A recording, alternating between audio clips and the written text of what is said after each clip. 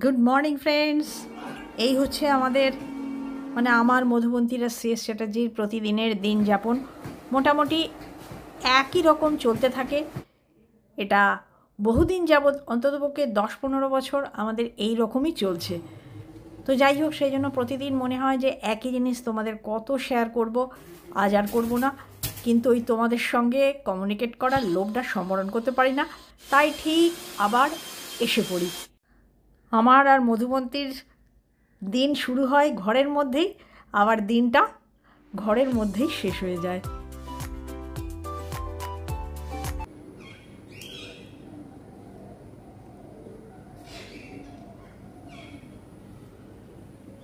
এটা হচ্ছে ফ্রেন্ডস 16ই এপ্রিলের ব্লগ।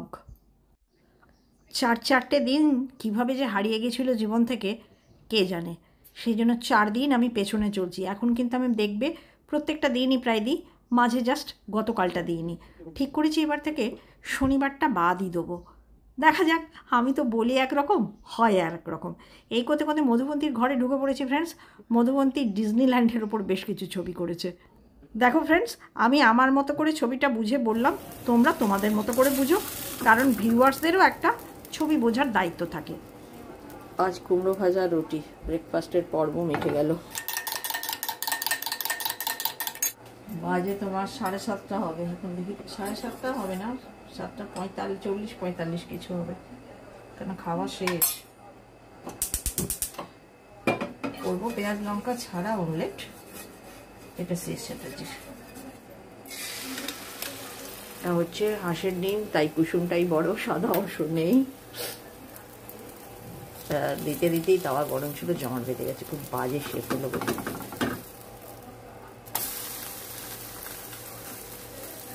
শেপ সে কি আসে যায়, টেস্টি আসলে। ওই যে আমার চা হচ্ছে। দুটি ননভেজ রান্না হবে। এই যে ডিম সেদ্ধ হয়ে গেছে, ডিমের কারি শেষ চ্যাটার্জির হাতে হবে। আর ওখানে আছে প্রন কারি, সেটা দিনের বেলার জন্য আমি করব। বাকি আর কিছুই রান্না হবে না। গতকাল উচ্ছে চচ্চড়ি করেছিলাম, আছে, কারণ আমি তো এখন দাঁতের ভয় খুব অল্প অল্প করে খাচ্ছি। এত ধৈর্য লাগছে যে যতটা পরিমাণ খাই ততটা খেতে গেলে আরও টাইম বেশি লেগে যাবে। সেদিন একটু খাটাই কম করে দিয়েছি। তার জন্য কি হয়েছে, খানিকটা উচ্ছে চচ্চড়ি রয়ে গেছে, আর বাঁধাকপি ডাবলই হয়েছিল। সেজন্য আজকের তরকারিপাতি কিছুই হবে না, ওই ননভেজ হবে। আর রাত্রিবেলাটা তো শেষ চ্যাটার্জি করবে, দিনের বেলাতেই করে রাখা হবে। आज हिंदी दिया, देखो ब्राउन कलर की है।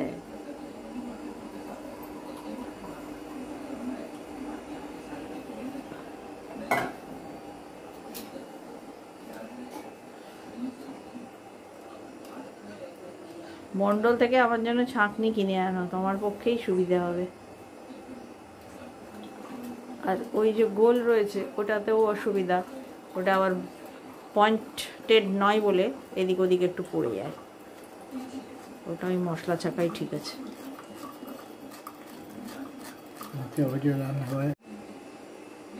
চিয়ার্স, চায় পে চিয়ার্স।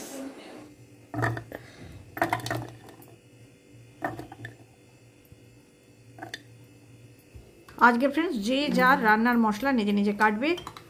সিএস চ্যাটার্জি বাবু চাকু দিয়ে কাটবে, আমি মেশিনে কাটবো। ভাগ্যেই মেশিনপত্র বেরিয়েছে,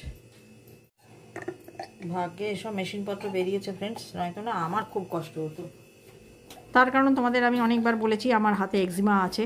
রসুনের রস, পেঁয়াজের রস খুব ডিফিকাল্ট। আমার বাবা রসুন পছন্দ করতো না বলে আমার বাপের বাড়িতে রসুনের রান্নার প্রচলনটা খুব কম, কিন্তু আমার শ্বশুর বাড়িতে ভবানীপুরে কি গোবিন্দ ঘোষলেন, হ্যাঁ, ওইখানেই ছিল বাপির মামার বাড়ি।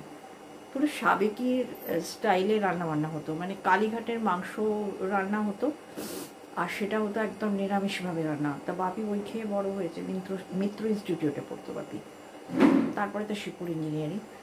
যার জন্য বাপির খাওয়া দাওয়ার প্যাটার্নটাও একদম একটু কি বলবো, সবই মাছ মাংস সবই খেত, সেটা কোনো, কিন্তু রসুনের অভ্যেসটা ধীরে ধীরে একটু একটু আমার মাই করেছিল। রসুন দিয়ে কোনো রান্নাই বাপির মামার বাড়িতে হতো না, এবং সেই জন্য আমাদের বাড়িতেও একটু কম হতো। মানে বাপি যে জিনিস, যেমন শাক ভাজা, আমাদের বাড়িতে রসুন ফোড়ন ছাড়া তো রান্নাই হবে না। আর আমার বাপের বাড়িতে কিন্তু সবসময় নয় সর্ষে ফোড়ন, কোনোটায় কালো জিরে ফোড়ন, এই টাইপের। তাই বিয়ের পরে রসুন ছাড়িয়ে ছাড়িয়ে আমার হাতে 19 বছর বয়সে এক্সিমা।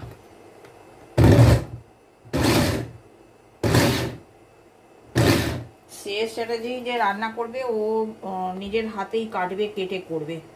ও রান্নার ব্যাপারে ভীষণ শৌখিন। তাই জন্য আমি বলি, যে বাড়ির ছেলেরা রান্না জানে না তাদের বউদের খুব ভালো, মানে তুমি যেমন রান্না নামাবে ভীষণ পছন্দ হবে, তাদের খুব খুশি হবে। আর দ্বিতীয় নম্বর, রান্নার জন্য তো রান্নার লোক পাওয়া যায়, কিন্তু বাকি কাজের কোনো কিন্তু লোক পাওয়া যায় না, ছোটো ছোটো ছোটো ছোটো অনেক কাজ। সেই সব বাড়ির ছেলেরা আমি দেখেছি যারা রান্না করতে পারে না, তারা না ওই সব কাজে হেল্প করে। আমি অনেককেই দেখেছি ওয়াশিং মেশিন চালায়, ছাদে গিয়ে কাপড় মেলে, কাপড় তুলে, তারপর তোমার ডাস্টিং করে। আমি আমাদের এখানে রেজিনগঙ্গায় অনেককে দেখেছি। তো এইগুলো খুব বড় হেল্প, কিন্তু এই হেল্পিংয়ে আমার কেউ কোনোদিন ছিল না। আর গাছটা একদম মরে গেছে, না আমার এটা, ওই গাছটা না ভিতরেই জন্মেছিল, ওইটা ফেলে ওইটাকে উঠিয়ে দিলাম। অনেকেই এই মশলাগুলো একসঙ্গে করে নেয়, করে নিতেই পারে, কোনো ব্যাপার না। আমার যেহেতু 1/1 দেওয়ার আছে, লঙ্কাটা দিয়ে দিলে না আগেই খুব ঝাঁঝ হয়ে যায়, তাই জন্য আলাদাভাবে করি।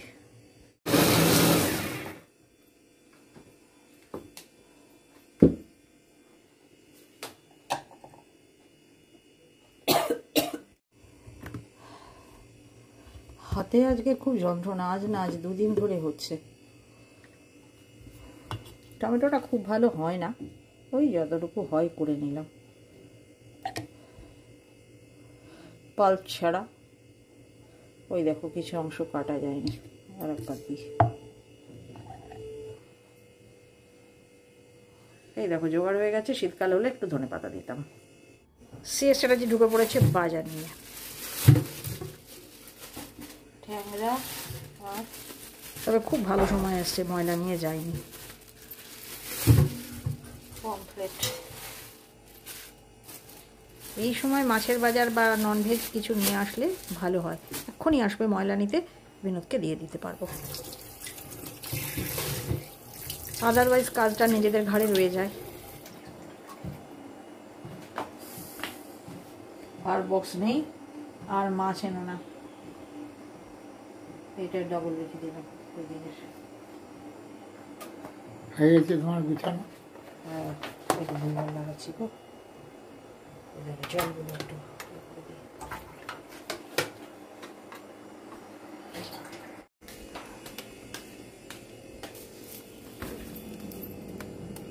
চলে এসো।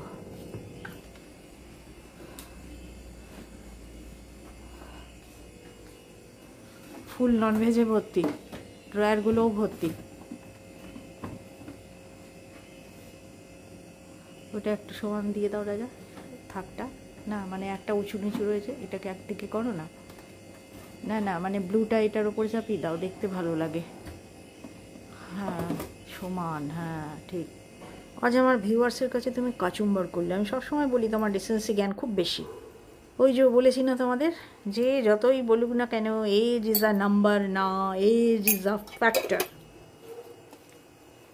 চিংড়ি মাছটা হালকা সাঁতলে নি, চিংড়ি মাছ তো বেশি ভাজবার জন্যই।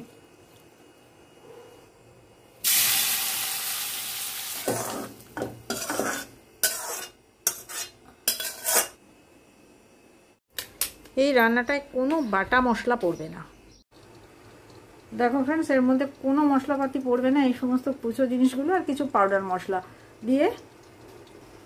অ্যাকচুয়ালি এটা একটা ড্রাই আইটেম, মানে ভাজা ভাজা, মানে ঝাল ফ্রাই, মানে এটা কোনো কোথাও আছে কিনা আইটেমটা জানি না। এটা আমার বাড়ির প্রচলিত, আমার মেয়েরা খুব ভালোবাসে, বিশেষ করে মধুবন্তী ভীষণ ভালোবাসে।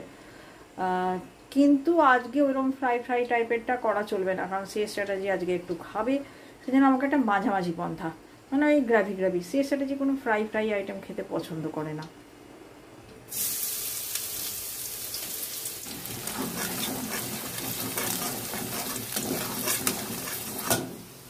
হাতে খুব যন্ত্রণা।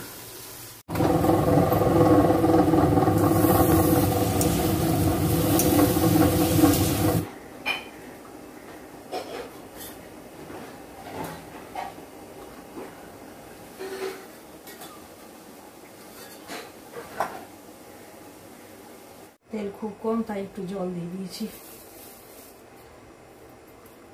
এটা কস্তুরি মেথি দিলাম। চিংড়ি মাছের সঙ্গে যেমন নারকেল খুব ভালো যায়, সেরকম কস্তুরি মেথিও খুব ভালো যায়।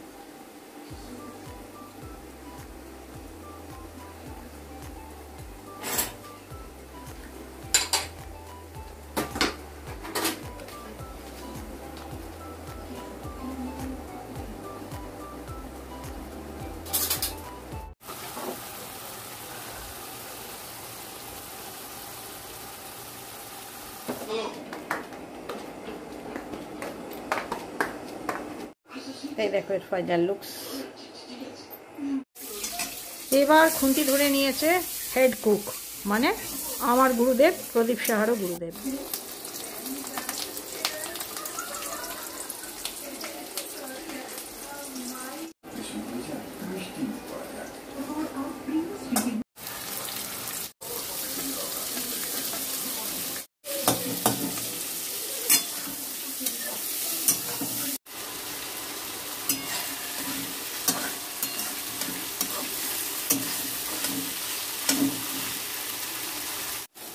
অলরেডি পাউডার মশলা, ধনে গুঁড়ো পড়েছে, আর কি পড়েছে, হলুদ, লঙ্কা গুঁড়ো, এটা জিরে গুঁড়ো, পড়ছে গোলমরিচ।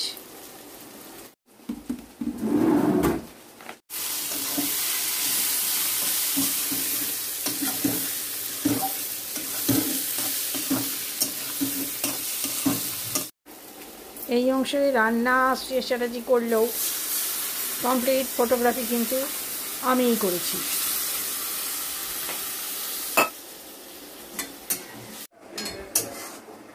মিস্টার প্রদীপ সাহার জন্য আমি ওনাকে, ওনার গুরুদেবকে একটু বেশি করে দেখালাম।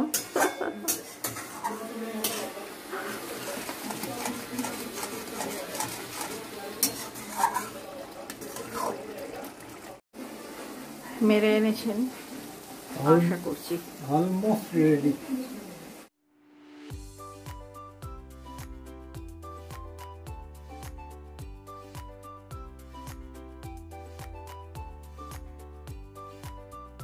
যা খেতে সুস্বাদু হয় না, এটা কারুর হাতে হয় না। ওই যে একটা বেশি পরিমাণ মিহি আদা কুচি দিয়ে আর রসুন কুচি দিয়ে রান্নাটা করে, অপূর্ব। এ বাটা মশলায় এই স্বাদ আসবে না।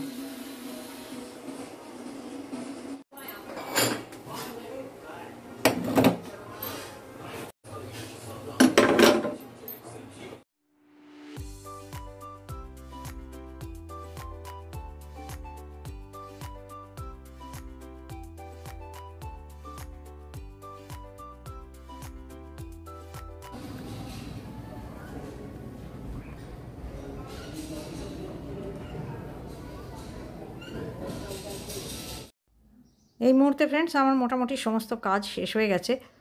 ওই শ্রেয়স চ্যাটার্জি দুপুরবেলায় এই যে সোফায় যে কুশনটা থাকে ওটা মাথা দিয়ে ঘুমায়, বড্ড নোংরা হয়েছে, ছাড়াবো বদলাবো করে আর হচ্ছে না। তো এই মুহূর্তে যদিও আমি মেয়ের সঙ্গে বটেমে কথা বলছি, কথা বলতে বলতে এই কাজটুকু করে নিলাম।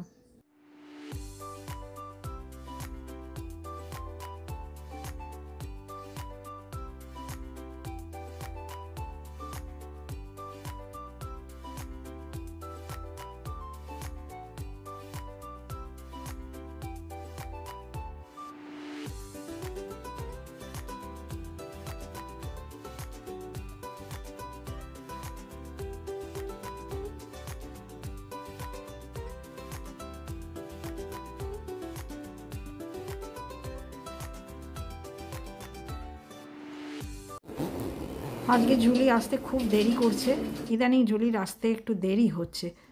তো যাই হোক ফ্রেন্ডস, আজকের ব্লগটা আর আমি টানবো না, এখানেই শেষ করে দেবো। চলো টেবিলে একসঙ্গে করে আমাদের লাঞ্চটা দেখিয়ে দিই। তাহলে ফ্রেন্ডস আজকের মতো আসি, দেখা হবে নতুন একটা ব্লগে। টাটা।